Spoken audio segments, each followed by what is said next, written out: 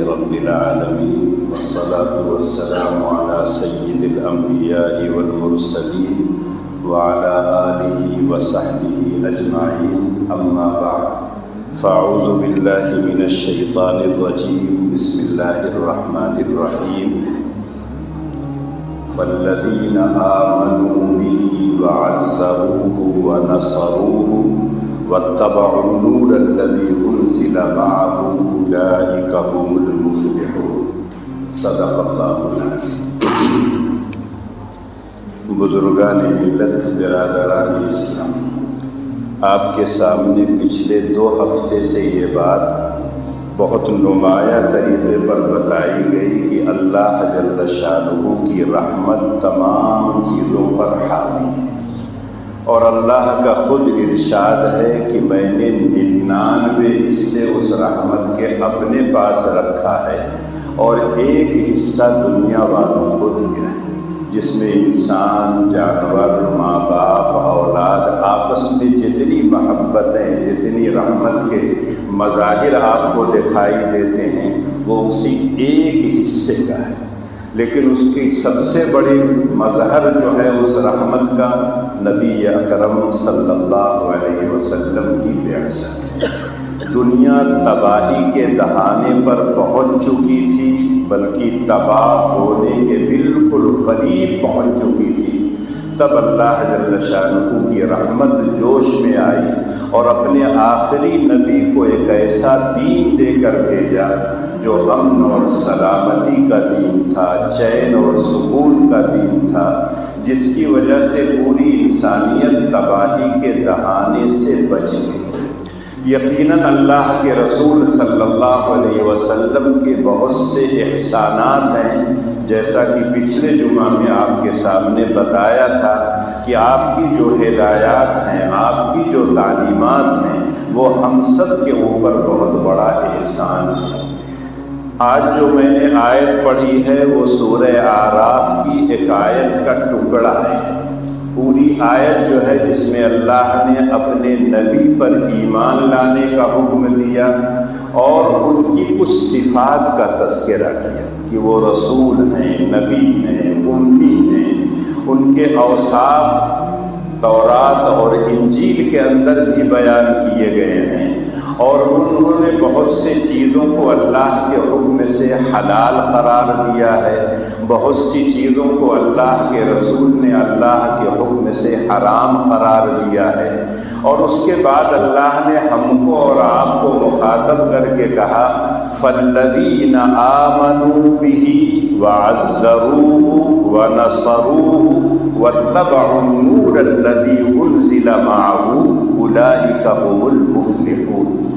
کہ جو لوگ کامیابی چاہتے ہیں اس دنیا میں اور اس دنیا میں، ان کے لیے اب ایک ہی شکل ہے کہ اس نبی یا آخر الزماں پر ایمان لے آئے۔ بغیر ان پر ایمان لائے نہ ان کو نجات مل سکتی ہے، نہ فلاح مل سکتی ہے، اور نہ اس دنیا اور اس دنیا کی کامیابی مل سکتی ہے۔ اس کا صرف ایک راستہ ہے کہ نبی یا آخر الزماں پر ایمان لایا جائے، سچا اور پکا۔ اللہ نے اسی بات کو کہا فَالَّذِينَ آمَنُوا بِهِ، جو لوگ آپ پر یعنی نبی اکرم صلی اللہ علیہ وسلم پر سچا اور پکا ایمان لائے ہیں۔ اب اگر کسی مسلمان سے کہا جائے کہ نبی پر ایمان لے آؤ تو وہ سوچتا ہے کہ ہم تو بہت پہلے ایمان لا چکے ہیں، ہم تو نبی کا کلمہ پڑھتے ہیں لا الہ الا اللہ محمد الرسول اللہ، اب کس ایمان کا آپ مطالبہ کر رہے ہیں؟ لیکن قرآن کو پڑھیے تب پتہ چلتا ہے اللہ جل شانہ نے صحابہ کے ایمان کو معیار قرار دیا۔ وَإِذَا قِيلَ لَهُمْ آمِنُوا كَمَا آمَنَ النَّاسِ، جو لوگ قرآن کے پہلے مخاطب تھے وہ صحابہ ہی تھے، ان سے اللہ کہہ رہے ہیں کہ اے لوگو تم لوگ ایمان لے آؤ جیسے میرے نیک بندے ایمان لے آئے۔ تو وہ کہا کرتے تھے یہ بیوقوف لوگوں کی طرح ہم ایمان لے آئیں، اس لیے کہ صحابہ کرام کو اس زمانے کے منافقین اور کفار بیوقوف اور نادان سمجھتے تھے، اور یہ کہتے تھے باپ دادا کے دین کو چھوڑ کر ایک نیا دین لے آئے ہیں۔ اتنی بڑی کائنات کا مدبر خالق صرف ایک کو مانتے ہیں، یہ تو عجیب و غریب چیز ہے۔ آج بھی بہت سے لوگ کہتے ہیں کہ ایک خدا کو جو لوگ مانتے ہیں وہ کچھ عقل مند نہیں ہے، لیکن اس پوری کائنات کا نظام چلانے والا صرف ایک ہے اور اس پر ایمان لانا ضروری ہے۔ اور جب انسان سچا اور پکا ایمان لے آتا ہے تب اللہ تعالیٰ اس ایمان کے ثمرات اور پھل عطا کرتے ہیں۔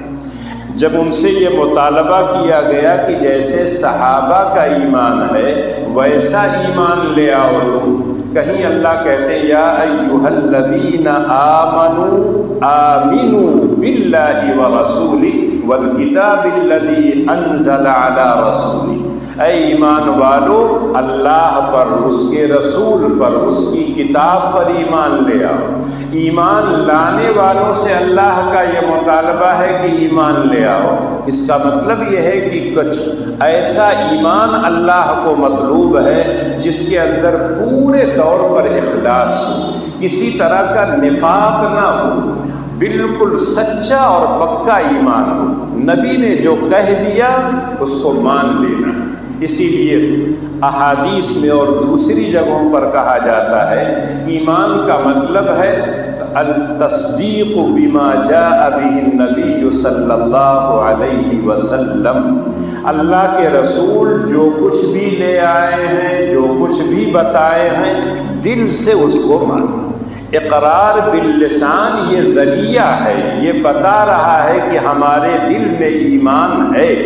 اور جب دل میں ایمان ہوگا تو ہمارے اعضاء اور جوارح اس ایمان کے تقاضے کو پورا کریں گے۔ چاہے نماز آپ پڑھ رہے ہو، روزہ رکھ رہے ہو، یہ بتا رہا ہے کہ آپ کے دل میں ایمان ہے، لیکن اصلی ایمان التصدیق بما جاء به النبی صلی اللہ علیہ وسلم، اللہ کے رسول جو کچھ بھی لے کے آئے ہیں اس پر بالکل سچا اور پکا ایمان۔ حضرت ابوبکر صدیق رضی اللہ تعالیٰ عنہ کا واقعہ پڑھیے سیرت اور تاریخ کی کتابوں میں، جب اللہ کے رسول نے ایک بہت لمبا سفر کیا تھا جس کو اسراء اور معراج کہا جاتا ہے، بیت اللہ سے بیت المقدس، پھر بیت المقدس سے ساتوں آسمان، جنت اور جہنم کے مناظر، وہ تمام کے تمام اللہ کے رسول کو سیر جب کرائی گئی اور اللہ کے رسول واپس آئے تو ایک رات کے ایک حصے میں اتنا لمبا سفر کیا تھا۔ اور وہ دور وہ تھا جب لوگ گدھے پر چلتے تھے، اونٹ پر چلتے تھے، گھوڑے پر چلتے تھے، وہ دور اس طرح کی سواریوں کا نہیں تھا جو آج ہے، تو اس دور کے لوگ ماننے کے لیے تیار ہی نہیں تھے۔ یہ ہو ہی نہیں سکتا، کہاں بیت اللہ، کہاں بیت المقدس، پھر ساتوں آسمان اور پھر جنت اور جہنم کی سیر اور اس کے مناظر دیکھ کے آئے ہوں، یہ ہو ہی نہیں سکتا۔ جب لوگوں نے حضرت ابوبکر صدیق رضی اللہ تعالیٰ عنہ سے کہا تو انہوں نے کہا کہ کس نے یہ بات کہی؟ کہا وہی جس کو تم لوگ نبی کہتے ہو، جو تمہارے ساتھی ہیں، انہوں نے کہا ہے۔ تو حضرت ابوبکر نے بغیر کسی تردد کے کہا آمنا وصدق، اگر انہوں نے کہا ہے تو ہم اس پر ایمان لے آئے، ہماری عقل قبول کرے نہ کرے، لیکن نبی نے کہا ہے ہم اس کو مانیں۔ صحابہ کا یہ وہی ایمان تھا جس کی بنیاد پر کہا جاتا تھا کہ ایک مد، ایک سیر اگر وہ خرچ کیے اللہ کے راستے میں، ہم لوگ احد پہاڑ کے برابر بھی اگر خرچ کر دیں گے تو ان کے معیار اور ان کے اجر ثواب کو نہیں پہنچے۔ جن لوگوں کی نگاہوں نے نبی کو دیکھا ہو، جو نبی کی مجلس میں بیٹھے ہوں، جو نبی کے ساتھ سفر اور حضر میں شریک رہے ہوں، جو نبی کے ساتھ غزوات میں شریک رہے ہوں، اللہ کی نصرت اور مدد کو اپنی آنکھوں سے دیکھا ہو، ان کے ایمان کا درجہ اور مقام کیا ہوگا اس کو ہم آپ تصور نہیں کر سکتے۔ اس لیے اللہ نے معیار بنایا صحابہ کے ایمان۔ حضرت عمر فاروق رضی اللہ تعالیٰ ایک مرتبہ اللہ کے رسول کی مجلس میں آئے، صحابہ بیٹھے ہوئے تھے، اللہ کے رسول بھی بیٹھے ہوئے تھے۔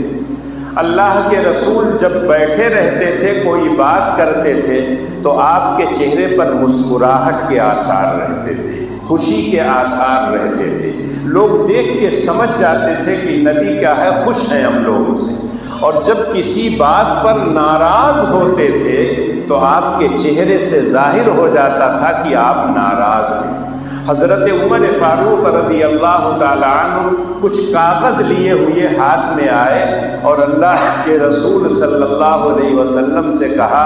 کہ اے اللہ کے رسول، تورات میں بھی کچھ اچھی باتیں لکھی ہوئی ہیں، اگر اس کو ہم لکھ لیا کریں تو کیا یہ اچھی بات نہیں ہے؟ نبی اکرم صلی اللہ علیہ وسلم کا چہرہ بدل گیا۔ حضرت ابو بکر جو اسی مجلس میں موجود تھے، عمر کو مخاطب کر کے کہا، عمر، محبوب کا چہرہ دیکھو، اس سے پہلے وہ مسکرا رہے تھے، خوشی کے آثار ان کے چہرے پر تھے، تم نے معلوم کون سی بات کہہ دی کہ اللہ کے رسول ناراض ہو گئے۔ حضرت عمر رضی اللہ تعالیٰ عنہ کو فوراً احساس ہوا اور انہوں نے کہا، رضیت باللہ ربا وبالاسلام دینا وبمحمد نبیا ورسولا، میں اللہ سے خوش ہو گیا رب ہونے کے ناطے، اور محمد صلی اللہ علیہ وسلم سے میں راضی ہو گیا نبی اور رسول ہونے کی حیثیت سے، اور اسلام سے میں راضی ہو گیا دین کی حیثیت سے۔ میرا دین اسلام ہے، میرے نبی اللہ کے آخری رسول ہیں، میرا پروردگار اللہ ہے۔ جب یہ بات حضرت عمر رضی اللہ تعالی عنہ نے کہا تو اللہ کے رسول کی خفگی، ناراضگی کم ہو گئی، اور اللہ کے رسول نے اس وقت ایسا لگتا تھا جیسے پورے جذبات میں ہوں اور صحابہ کو یہ پیغام دینا چاہتے تھے، میری موجودگی میں تم لوگ موسیٰ کو تلاش کر رہے ہو، قرآن کے نزول کے ہوتے ہوئے تم لوگ کیا ہے تورات کی تلاش میں ہو۔ اور اللہ کے رسول نے پورے جذبات میں حضرت عمر کو مخاطب کر کے کہا، اگر اس وقت موسیٰ زندہ ہوتے تو میری اتباع کے علاوہ کوئی چارہ کار نہیں ہوتا۔ یہ بات صحابہ کو یہ پیغام دیا جا رہا ہے کہ تم پہلے مخاطب ہو، تم جو ایمان اور جو ہدایتیں میرے پاس لے کے جاؤ اس پر پورا یقین تمہیں ہونا چاہیے، تمہیں پورا کسی طرح کا تردد نہیں ہونا چاہیے۔ ما آتاکم الرسول فخذوہ وما نہاکم عنہ فانتہوا، اللہ کے رسول جو کچھ دے دے اس کو لے لیا کرو، اور اللہ کے رسول جس چیز سے منع کرے اس سے رک جایا کرو، اس پہ اپنی عقل کو مت استعمال کیا کرو۔ حضرت علی رضی اللہ تعالی عنہ جب اللہ کے رسول ہجرت کر رہے تھے، جب حکم آ گیا کہ اب مکہ آپ چھوڑ دیجیے، چلے جائیے آپ مدینہ طیبہ، اللہ کے رسول نے اپنے یار غار حضرت ابو بکر کو بلایا اور کہا اب اللہ کا حکم آ گیا ہے، تیاری کر لو، چلنا۔ پورے سرداران قریش کے نوجوان اللہ کے رسول کے گھر کا محاصرہ کیے ہوئے تھے، پورا پلان طے کر کے آئے تھے کہ آج اس دنیا سے العیاذ باللہ ثم العیاذ باللہ اللہ کے رسول کے وجود کو ختم کر دیں، لیکن اللہ کی طرف سے اسی رات میں حکم آیا کہ اب آپ یہاں سے نکل جائیے، اس لیے کہ اس اللہ نے اپنے نبی سے وعدہ کیا تھا، بلغ ما انزل الیک من ربک وان لم تفعل فما بلغت رسالتہ واللہ یعصمک من الناس۔ آپ اپنا کام کیجئے، میں آپ کی حفاظت کروں گا۔ اللہ نے اپنے نبی کو حکم دیا، اس وقت حضرت علی کو اللہ کے رسول نے بلایا۔ جو لوگ آپ کے دشمن تھے جان کے، عزت اور آبرو کے، وہی لوگ اپنی امانتیں نبی کے پاس رکھتے تھے، ان کو امین کہتے تھے، ان کو صادق اور سچا کہا کرتے تھے، اور کہتے تھے کبھی آپ نے جھوٹ نہیں بولا ہے، کبھی آپ نے خیانت نہیں کی ہے۔ تو جو امانتیں آپ کے پاس تھیں، حضرت علی کو بلا کے اللہ کے رسول نے کہا آج کی رات میرے بستر پر تمہیں سونا ہے، اور صبح کو یہ امانتیں واپس کر کے تم مدینہ طیبہ آ جائیں۔ حضرت علی کہتے ہیں ہم آپ اگر اس وقت ہوتے دل کی کیفیت یہ ہوتی، ہائی ہوتا، بلڈ پریشر ایک دم نارمل ہو جاتا، ایک دم لو ہو جاتا، لیکن حضرت علی رضی اللہ تعالیٰ عنہ کہتے ہیں کہ اس رات مجھے جتنی اچھی نیند آئی ویسی نیند زندگی میں کبھی نہیں آئی۔ جب لوگوں نے پوچھا، کہا کیوں؟ کہا موت کا وقت متعین ہے سب کا، لیکن کسی کو یہ نہیں معلوم ہے کہ کب مرنا ہے۔ لیکن جب نبی نے یہ کہہ دیا کہ علی اس امانت کو واپس کر کے صبح کو آنا، تو مجھے یقین تھا کہ رات میں موت نہیں آئے گی، نہ مجھے کوئی نقصان پہنچا سکتا ہے، اس لیے کہ میرے نبی نے کہہ دیا ہے کہ تم کو صبح کو آنا ہے، یہ امانتیں واپس کر کے۔ کیا ہمارا اور آپ کا بھی یہی ایمان ہے؟ ہم لوگ تو خاندانی مسلمان ہیں، خاندانی مومن ہیں، ذرا سی دیر میں ہمارا ایمان معلوم نہیں کہاں بھا جاتا ہے۔ الیکشن کا زمانہ آتا ہے تو معلوم نہیں کیسی کیسی حرکتیں وہ لوگ کرنے لگتے ہیں جو لوگ اپنے آپ کو سچا اور پکا مسلمان کہتے ہیں، اور اس کے بعد رواداری کے نام پر، یکجہتی کے نام پر ایسے ایسے کاموں میں شریک ہو جاتے ہیں جو کھلم کھلا شرک ہے۔ ان اللہ لا یغفر ان یشرک بہ ویغفر ما دون ذلک۔ ان کا ایمان معیار تھا، اور وہ ایمان اتنا پکا تھا کہ ان کو ریت پہ لٹایا جاتا تھا، پتھر رکھ دیے جاتے تھے، مارا جاتا تھا، پیٹا جاتا تھا، لیکن کبھی ان کی زبان سے کوئی شرکیہ کلمات نہیں نکلتے تھے۔ احد احد احد کے الفاظ کہتے تھے۔ سب کچھ آ کے مکے میں کمایا، اور جب ہجرت کرنے لگے تو انہوں نے کہا یہ دولت تم نہیں لے کے جا سکتے ہو۔ کہا لے لو تم ساری دولتیں، گھر لے لو، وطن لے لو، سب کچھ لے لو، لیکن ہم کو جانے دو، ہمارا محبوب جہاں گیا ہے وہاں ہم جائیں۔ یہ ایمان اتنی آسانی سے نہیں پیدا ہوتا، اسی لیے اللہ بار بار ہم سے اور آپ سے کہتے ہیں ان الذین قالوا ربنا اللہ ثم استقاموا۔ جن لوگوں نے ربنا اللہ کا اعلان کیا کہ ہمارا پروردگار اللہ ہے، لا الہ الا اللہ محمد الرسول اللہ، اس پر ڈٹے اور جمے رہے، تب اللہ کی رحمتیں نازل ہوتی۔ اللہ کی طرف سے فرشتہ رحمت آ کے کہتا ہے لا تخافوا ولا تحزنوا وابشروا بالجنہ۔ اور جب یہ ایمان ہوگا تو آپ یقین کیجئے کہ اس ایمان کا تقاضا یہ ہوگا کہ نبی اکرم صلی اللہ علیہ وسلم سے ٹوٹ کر محبت ہو۔ قرآن کہتا ہے والذین آمنوا اشد حبا للہ۔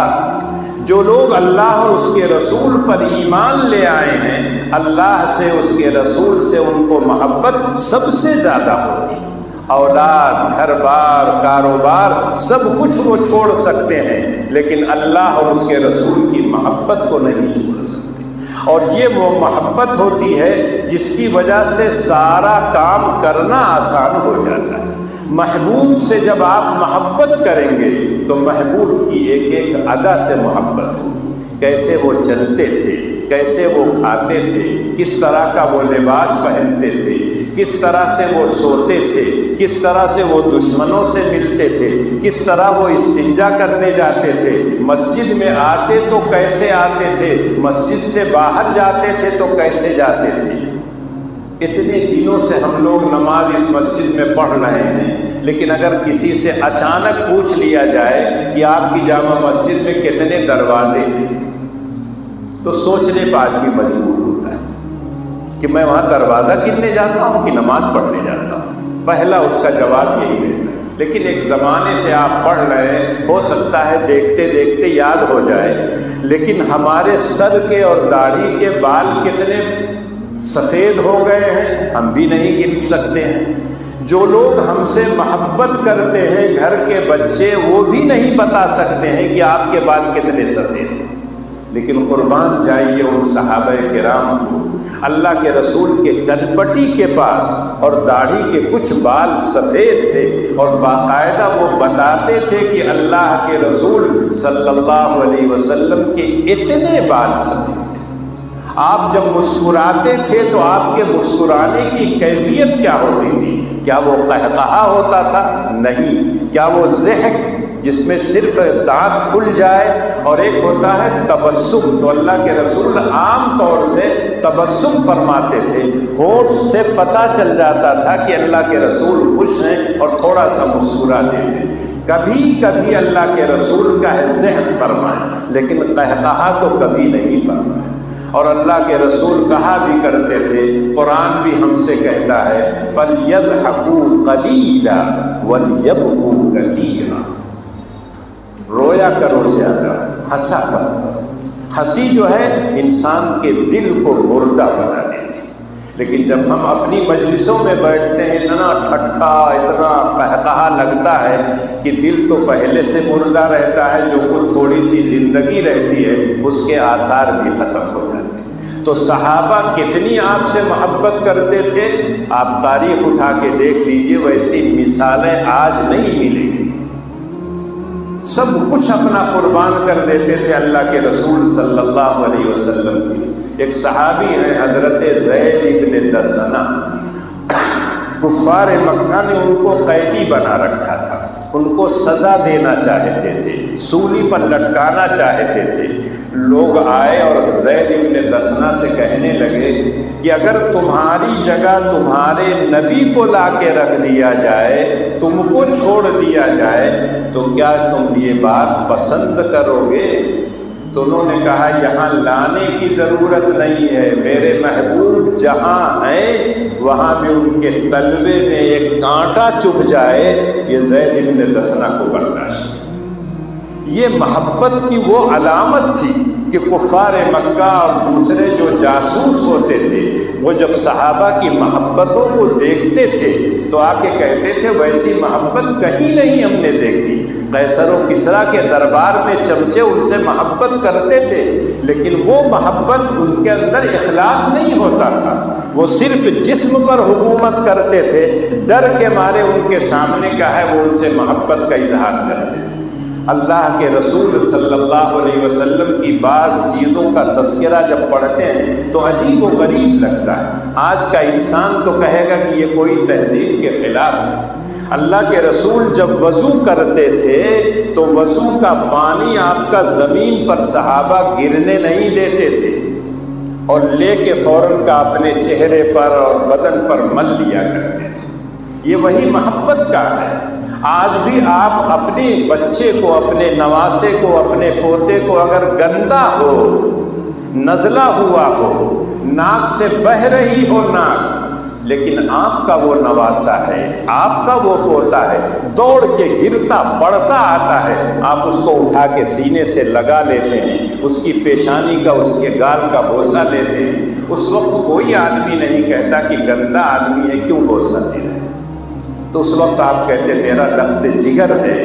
میرا نور نظر ہے، میری آنکھوں کا تارا ہے، اس سے اگر میں محبت نہیں کروں گا تو کس سے کروں؟ صحابہ اپنی اولاد سے زیادہ اللہ کے رسول سے محبت کرتے ہیں۔ اللہ اور اس کے رسول کا جو مطالبہ ہے یہ نہیں ہے کہ والدین سے محبت مت کرو، اولاد سے محبت مت کرو، اپنے گھر بار سے محبت مت کرو، اپنی جائیداد، اپنی تجارت، اپنے لین دین سے محبت مت کرو۔ قرآن کا، اللہ اور اس کے رسول کا مطالبہ صرف اتنا ہے، اللہ اور اس کے رسول کی محبت سب سے اوپر ہو، بقیہ محبتیں نیچی۔ اور یہی وجہ ہے کہ سورہ توبہ کی آیت پڑھیے، اللہ جل شانہ نے وہاں 8 چیزوں کا تذکرہ کیا۔ 5 تو خونی رشتے اور 3 چیز انسان کی ذکر کیا کہ ان 8 سے انسان کو محبت ہوتی ہے، ہونی چاہیے، لیکن ان کی محبت مغلوب ہونا چاہیے، اللہ اور اس کے رسول کی محبت غالب ہونا چاہیے۔ قل ان کان آباؤکم وابناؤکم واخوانکم وازواجکم وعشیرتکم، یہ 5 ہیں خاندانی، خاندان، اس کے بعد اماں ابا، اولاد، بیوی، اور اس کے بعد بھائی۔ ان تمام سے انسان کو محبت ہوتی ہے۔ قرآن نے اسی ترتیب سے ذکر کیا، جس کی محبت سب سے زیادہ ہے وہ والدین ہیں، اس کے بعد اولاد ہے، پھر بھائی ہے، پھر بیوی ہے، اور پھر اس کے خاندان اور قبیلے کے لوگ ہیں، اس کے رشتہ دار ہیں۔ اس کے بعد آگے اللہ کہتے ہیں وَأَمْوَالٍ اقْتَرَفْتُمُوهَا وَتِجَارَةٌ تَخْشَوْنَ كَسَادَهَا وَمَسَاكِنُ تَرْضَوْنَهَا۔ 5 خونی رشتے ہیں اور 3 چیز ہے جو مال انسان کماتا ہے، جس کے لیے در در کی ٹھوکریں کھاتا ہے، ایسے ایسے کام کرتا ہے کہ بعض مرتبہ اس کام کرنے کی طبیعت نہیں چاہتی ہے، لیکن کیسے زندگی گزارے گا اس لیے مجبور ہوتا ہے اس کام کے کرنے پر، تو اس مال سے انسان کو محبت ہوتی ہے، تجارت سے، لین دین سے محبت ہوتی ہے، چاہے وہ غلے کا کاروبار کرے، چاہے کپڑے کی تجارت کرے، چاہے سونا اور چاندی کی تجارت کرے، چاہے سبزی اور پھل کی تجارت کرے، جس تجارت کو وہ کرتا ہے اس سے اس کو محبت ہوتی ہے، اور وہ یہ چاہتا ہے کہ بازار بالکل گرم رہے، بھاؤ چڑھا رہے، نیچے نہ اترے، تبھی میرا فائدہ ہے۔ اس کے بعد اللہ کہتے ہیں وَمَسَاكِنُ تَرْضَوْنَهَا، جس مکان میں وہ رہتا ہے، جس محلے میں وہ رہتا ہے، جس ملک میں وہ رہتا ہے، اس ملک سے، اس گھر سے اس کو محبت ہوتی ہے۔ عربی کا مشہور مقولہ ہے بیت الانسان جنت، انسان کا اپنا گھر جو ہوتا ہے وہ اس کی جنت ہوتی ہے، جہاں چاہے جیسے چاہے اٹھتا ہے، بیٹھتا ہے، سوتا ہے، کھاتا ہے، پیتا ہے۔ کہیں اور جائے گا اگر ہوٹل میں بھی جا کے ٹھہرے تو اس کے کچھ اصول اور ضابطے ہیں، اس کی پابندی ضروری ہے، اس کے بغیر آپ ہوٹل میں نہیں ٹھہر سکتے۔ لیکن اپنے گھر میں انسان جیسے چاہے، ٹوٹی ہوئی چارپائی رہتی ہے، گدا نہیں رہتا، بالکل صرف کیا ہے خالی چارپائی رہتی، اس پر بھی سو کر اس کو جو سکون اور چین ملتا ہے وہ موٹے موٹے گدے پر نہیں ملتا ہے۔ اللہ کہتے ہیں یہ 8 چیزیں ہیں جن سے تم کو محبت ہے، لیکن جانتے ہو میرا کیا مطالبہ ہے؟ احب الیکم من اللہ ورسولہ وجہاد فی سبیلہ۔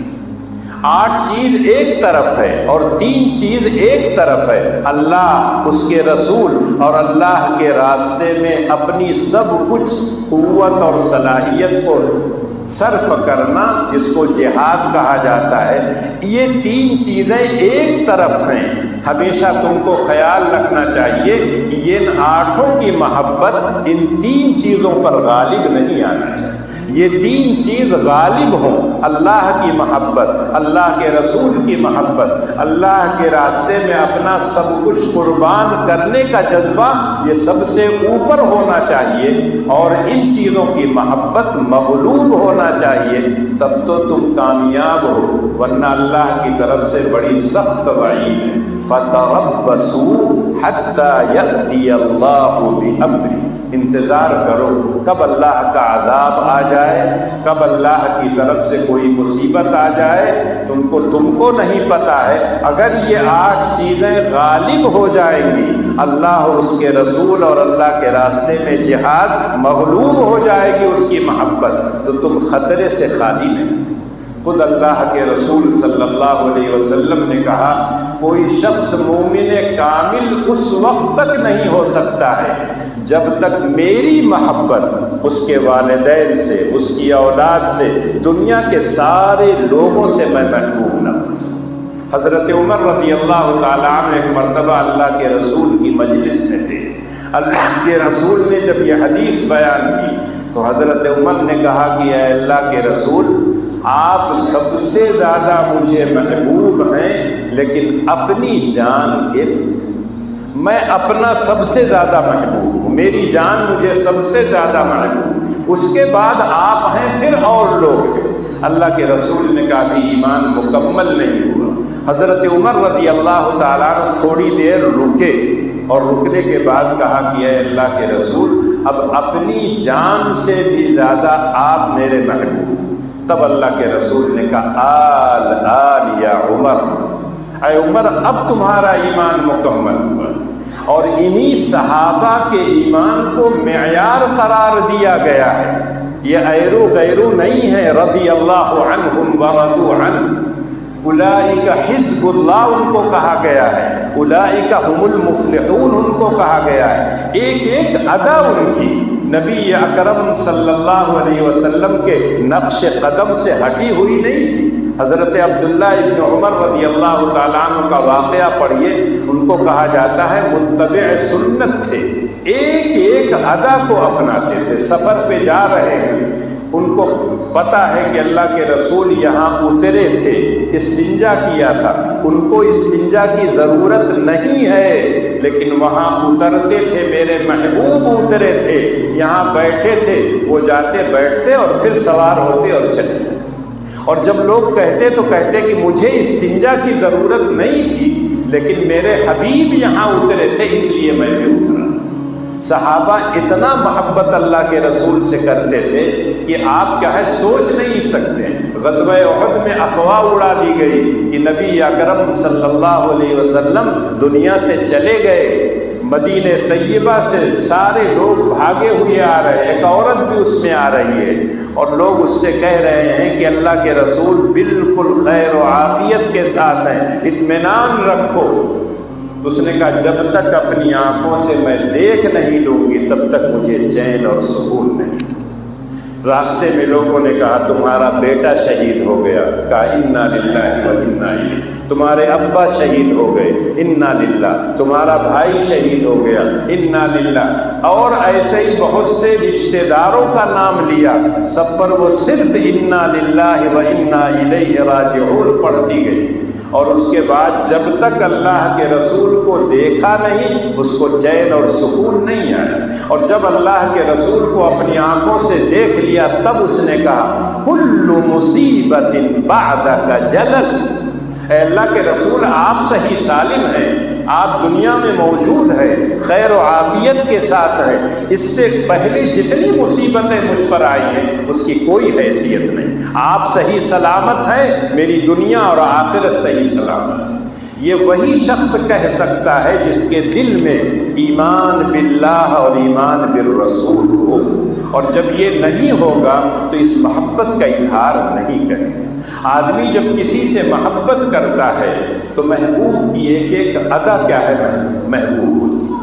آپ عشقیہ اشعار پڑھیے، چاہے عربی کے پڑھیے چاہے اردو کے پڑھیے، تو کہتے ہیں کہ محبوب کی گلی میں جا کے وہ گلا اٹھا اٹھا کے دیکھتا تھا، اور جب گزرتا تھا گلیوں سے کبھی اس اینٹ کو بوسہ دیتا ہے، کبھی اس دیوار کو بوسہ دیتا ہے کہ میرا محبوب اس علاقے میں رہتا ہے۔ نبی اکرم صلی اللہ علیہ وسلم سے محبت کا ہم بھی دعویٰ کرتے ہیں، لیکن ہماری زندگیوں کے اندر کیا وہ محبت کے آثار ہیں؟ اللہ کے رسول صلی اللہ علیہ وسلم کی ایک ایک سنت کو صحابہ باقاعدہ دانتوں سے پکڑ کر رکھتے تھے، اس پر عمل کیا کرتے تھے، اس کو معمولی سنت نہیں سمجھتے تھے۔ آج تو ہم سے جب کہا جاتا ہے نبی کی سنت ہے، اس کا مطلب واجب نہیں، فرض نہیں، سنت کہہ کے ہم یہ کر دیتے ہیں، جبکہ اللہ کے رسول کہتے ہیں من احب سنتی فقد احبنی ومن احبنی کان معی فی الجنہ۔ جو آدمی میری سنت سے محبت کرے گا اس کو اپنائے گا گویا وہ مجھ سے محبت کرتا ہے، اور جو مجھ سے محبت کرتا ہے اللہ کے رسول فرماتے ہیں وہ میرے ساتھ جنت میں۔ ایک صحابی آئے اور اللہ کے رسول صلی اللہ علیہ وسلم سے کہا متی الساعہ، قیامت کب آئے گی؟ اللہ کے رسول صلی اللہ علیہ وسلم نے الٹا ان سے سوال کر دیا ما اعددت لہا، اس قیامت کے لیے تم نے کیا تیاری کی؟ تو فوراً انہوں نے جو حقیقت تھی انہوں نے بیان کر دی کہ اے اللہ کے رسول بہت زیادہ میرے پاس تیاری تو نہیں ہے، لیکن اللہ اور اس کے رسول سے محبت کرتا ہوں۔ اللہ کے رسول نے چھوٹا سا جملہ کہا جو صحابہ کی تسلی کے لیے وہ چھوٹا سا جملہ کافی تھا، المرء مع من احب، آدمی کا حشر اور انجام اس کے ساتھ ہوگا جس سے وہ محبت کرتا ہے۔ اگر نبی سے محبت ہے تو نبی کے ساتھ وہ جنت میں ہوگا۔ بعض صحابہ پریشان رہتے تھے، راتوں کو جب نیند کھل جاتی تھی پریشان رہتے تھے کہ کیسے اللہ کے رسول صلی اللہ علیہ وسلم کا چہرہ انور دیکھیں۔ صبح تک انتظار کرتے تھے، فجر کی نماز میں بھاگے ہوئے جاتے اور جب اللہ کے رسول کو دیکھ لیتے تھے ان کو سکون مل جاتا تھا۔ اللہ کے رسول سے ایک مرتبہ کہنے لگے کہ اللہ کے رسول آپ کی سنتوں سے محبت ہے، آپ کا یہ ارشاد بھی ہے کہ مجھ سے اگر محبت کرو گے جنت میں جاؤ گے، ہمیں یقین ہے، لیکن آپ سید الانبیاء والرسل ہیں، خاتم النبیین ہیں، آپ کا مقام تو بہت بلند ہوگا، اگر ہم جنت میں گئے تو کہیں کونے میں پڑے ہوئے رہیں گے۔ جب اس صحابی نے یہ بات کہی تو اللہ جل شانہ کی طرف سے آیت نازل ہوئی، وَمَن يُطِعِ اللَّهَ وَالرَّسُولَ فَأُولَٰئِكَ مَعَ الَّذِينَ أَنْعَمَ اللَّهُ عَلَيْهِم مِّنَ النَّبِيِّينَ وَالصِّدِّيقِينَ وَالشُّهَدَاءِ وَالصَّالِحِينَ وَحَسُنَ أُولَٰئِكَ رَفِيقًا۔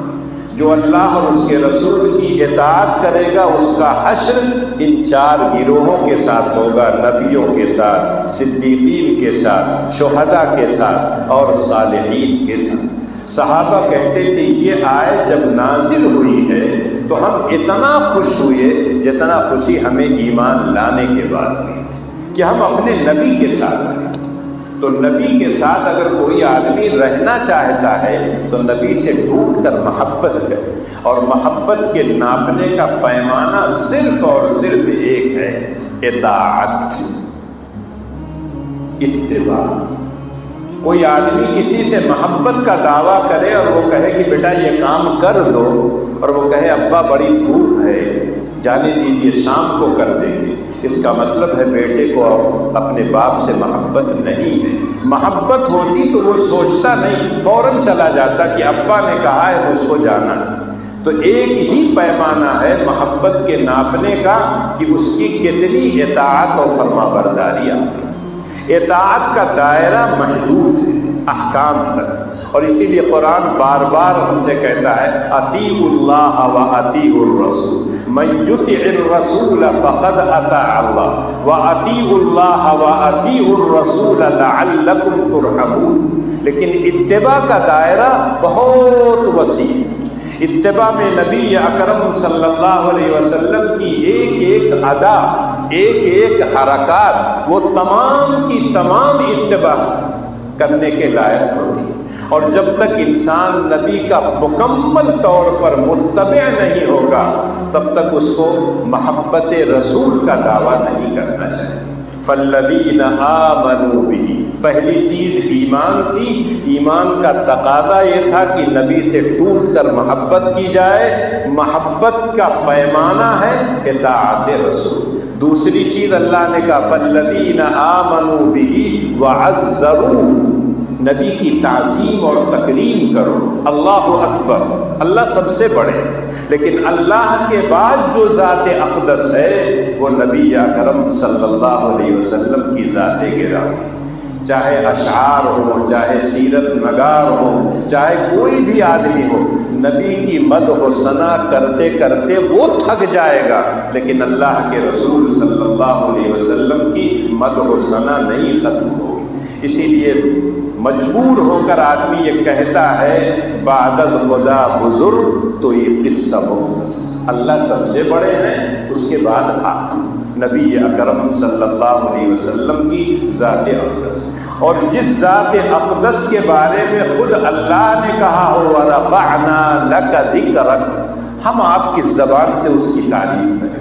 رب کائنات جب اس کی تعریف کرتا ہے جہاں میرا تذکرہ ہوگا، میرے محبوب کا تذکرہ ہوگا، چاہے وہ اذان ہو، چاہے وہ اقامت ہو، چاہے کہے دنیا سے جانے کے بعد جو سوالات ہوں گے مر ربک ما دینک کے ساتھ ساتھ ماذا تقول فی ھذا الرجل، جب تک نبی سے محبت نہیں ہوگی، نبی کی سنتوں پر عمل نہیں کرے گا،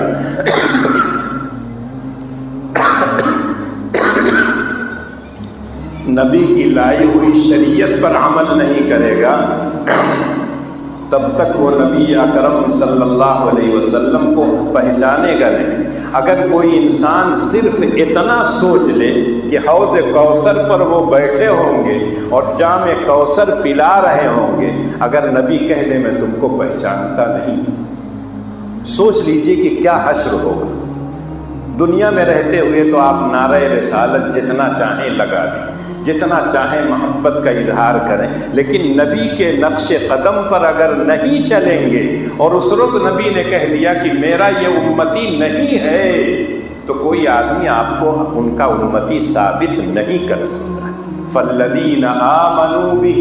وعزروہ، تعظیم شرط ہے،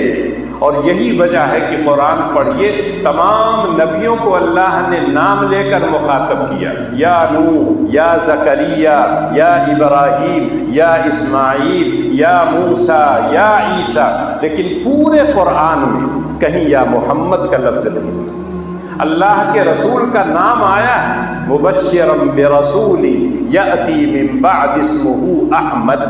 اور لفظ محمد بھی کئی جگہ آیا، ما کان محمد ابا احد محمد الرسول اللہ وما محمد الا رسول بما نزل علی محمد۔ 4 جگہ اللہ کے رسول کا نام محمد آیا ہے اور ایک جگہ احمد آیا ہے، لیکن پورے قرآن میں کہیں یا محمد کہہ کر اللہ نے کوئی حکم نہیں۔ یا ایھا المدثر، یا ایھا المزمل، یا ایھا النبی، یا ایھا الرسول۔ جب یہ خطاب رب کائنات اپنے حبیب کو کرتا ہے، نام نہیں لیتا ہے، تو اس کے امتی تو 100 مرتبہ کیا ہے، مشک و گلاب سے اپنے منہ کو دھو کے آئیں، تب بھی اگر وہ نام لیتے ہیں تو بے ادبی۔ ادب و احترام کے ساتھ نام لینا اللہ کے رسول کا ضروری ہے، اور جب نام نامی آ جائے تو درود پڑھنا ضروری ہے۔ اللہ کے رسول کہتے سب سے بخیل وہ آدمی ہے جو میرا نام آنے کے بعد درود و سلام مجھ پر نہ بھیجے۔ تو فالذین آمنوا بہ وعزروہ، تیسرا حکم ہے ونصروہ۔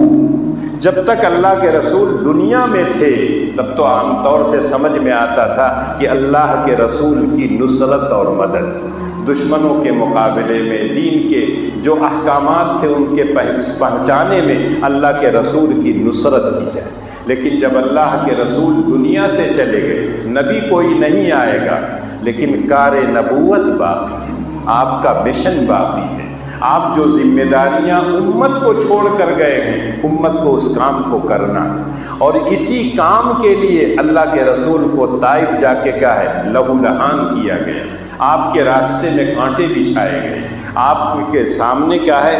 جب سجدے میں جاتے تھے اونٹ کی اوجھری لا کے رکھ دیتے تھے، آپ کو گالیاں دی گئی، آپ کو سب کچھ کیا گیا، اللہ کے رسول چلے گئے، لیکن آپ کی نصرت ہمارے اور آپ کے اوپر آج بھی واجب ہے۔ اللہ ہمارے محتاج نہیں ہے، ہم اگر اس دین کی نصرت نہیں کریں گے، اس دین پر نہیں چلیں گے، اس دین کو لوگوں تک نہیں پہنچائیں گے، اللہ بہت کھلے الفاظ میں کہتے ہیں وَإِن تَتَوَلَّوْا يَسْتَبْدِلْ قَوْمًا غَيْرَكُمْ ثُمَّ لَا يَكُونُوا أَمْثَالَكُمْ۔ تم لوگ اگر نہیں کرو گے ہم دوسری قوموں کو لے آئیں اور وہ کیا ہے، ہمارے دین کی نصرت اور مدد کریں گے۔ اس لیے ہماری خیر خواہی، ہماری حفاظت، ہماری بقا اس دنیا میں آخرت میں کامیابی اس میں ہے کہ اس دین کی ہم مدد کریں جو اللہ کے آخری رسول لے کر آئے۔ لیکن آج نصرت اور مدد تو دور کی چھوڑ دیجئے، ہاتھ اٹھا کے دعا کرنے کے لیے بھی تیار ہیں۔ فلسطین میں جو کچھ ہو رہا ہے دنیا جانتی ہے، جس نے اس کو جگہ دیا اور اسی پرئی میں جس میں کھا رہے تھے اسی میں چھینک کر رہے۔ دنیا سے جب بھگایا جا رہا تھا ان کو، کوئی ملک ان کو جگہ دینے کے لیے تیار نہیں تھا، فلسطین کے مسلمانوں نے ان یہودیوں کو مہاجر کی حیثیت سے جگہ دیا اور دائرہ وہ بڑھاتے چلے گئے۔ جیسے اپنی زبان میں ہم کہتے ہیں انگلی پکڑا، اس کے بعد یہاں، اس کے بعد یہاں، اس کے بعد پکڑ کے ڈبو۔ فلسطینیوں کے پاس ہارنے کے لیے کچھ نہیں ہے، صرف ان کے پاس ایک جان ہے، اس جان کو قربان کر سکتے ہیں، اس کے علاوہ کچھ نہیں۔ نہتے ہیں بیچارے، 50 سال سے کیا ہے ان کو ہر طرح سے گھیرا بندی کر رکھے ہیں۔ آج تو حد یہ ہو گئی ہے کہ بجلی پانی سب بند کر دیا ہے۔ وہ لوگ جو اپنے آپ کو عالمی پیمانے پر کہتے ہیں ہم پیغام امن لے کر دنیا کے سامنے جاتے ہیں، ہم پیغامبر امن ہیں، ان کی یہ حالت۔ چھوٹے چھوٹے معصوم بچوں پر نہ جانے کیسے کیسے راکٹ گر رہے ہیں، دودھ نہیں مل رہا ہے، پانی نہیں مل رہا ہے، بجلی نہیں مل رہا ہے، ضرورت زندگی کے جو سامان ہیں کچھ نہیں مل رہا ہے، اور اس کے بعد وہ خوش۔ عوام ہر جگہ کی ساتھ ہیں ان مظلوموں کے ساتھ، لیکن حکومتیں ظالموں کے ساتھ۔ تو اس لیے کم سے کم تنہائیوں میں، رات کی تاریکیوں میں، نماز کے بعد اپنے طور پر ان فلسطین مظلوموں کے لیے دعائیں کیجیے کہ اللہ ان مجاہدین کی مدد کرے، اللہ ان کو استقامت عطا کرے، جس دین پر قائم رہنے کے لیے اپنا سب کچھ وہ قربان کرنے کے لیے تیار ہے، اللہ ان کے پائے مبارک میں ثبات اور استقامت عطا کریں کہ وہ ڈٹے اور جمے رہیں۔ آپ یہ مطمئن مت ہو جائیے کہ ہم تو بڑے دور ہیں، آج دشمن آپ کے بہت قریب ہے۔ یہاں بھی کہا فوراً، دنیا کے کسی آدمی نے نہیں کہا، لیکن آپ کے وزیر اعظم نے فوراً کہہ دیا ہم اسرائیل کے ساتھ، جبکہ ہندوستان کی پالیسی غیر جانبدار کی اور اب تک یہی رہی ہے، لیکن حمایت جو ہے ہمیشہ فلسطین کی کرتے تھے، اس لیے کہ وہ مظلوم تھے، لیکن آج کھل کر آپ کی حکومت کہہ رہی کہ ہم ان کے ساتھ ہیں۔ لیکن یہاں کے جو عوام ہیں، چاہے مسلم ہو چاہے غیر مسلم ہو، بہرحال مظلوم کا آدمی ساتھ دیتا ہے، اور اللہ کے رسول نے کہا مظلوموں کی آہ سے بچا کر، اس کی جب آہ جاتی ہے تو عرش الہی کو ہلا کر رکھ دیتی۔ اللہ کے ہاں دیر ہے اندھیر نہیں ہے، اس لیے جمعہ کے بعد بھی دعا کیجئے، اور ہر نماز کے بعد آپ دعا کیجئے کہ اللہ تعالیٰ ان مظلوم فلسطینیوں کی مدد کرے، ظالموں کی شکست ہو، ظالموں کی صفوں میں پھوٹ پیدا کر دے، اور جو لوگ مجاہدین کی مدد کر رہے ہیں اللہ تعالیٰ ان کی صفوں میں اتحاد پیدا کرے۔ فالذین آمنوا بہ وعزروہ ونصروہ، اور چوتھی چیز اللہ نے کہا واتبعوا النور الذی انزل معہ، اللہ کے رسول کے ساتھ جو کتاب آئی ہے، جس کے وہ شارح تھے، جس کے وہ مفسر تھے، جس کو انہوں نے اپنے اعمال کے ذریعے، عادات اور اخلاق کے ذریعے سے قرآن کی وضاحت کی، کان خلقہ القرآن، حضرت عائشہ کہتی تھی، اللہ کہتے ہیں اس نور کی تم اتباع کرو۔ اگر یہ چاروں کام کسی نے کر لیا، فالذین آمنوا بہ وعزروہ ونصروہ واتبعوا النور الذی انزل معہ، رب کائنات کی طرف سے اشارہ ہے اولئک هم المفلحون، یہی لوگ کامیاب ہیں۔ تو اگر آپ اس دنیا میں اس دنیا میں کامیابی چاہتے ہیں، آرام اور سکون کی زندگی چاہتے ہیں، جو نبی رحمت ہم کو اور آپ کو دیا گیا ہے، اس نبی پر سچا اور پکا ایمان لے آئیے، اس کی تعظیم کیجئے، اس کے دین کی نصرت اور مدد کیجئے، اور اس کی ایک ایک سنت کو اپنائیے۔ اگر ہم اپنائیں گے تو ہم کامیاب ہوں گے، ورنہ ہم ناکام ہوں گے۔ اللہ تعالی ہم سب کو کامیاب بنائے، کہنے اور سننے سے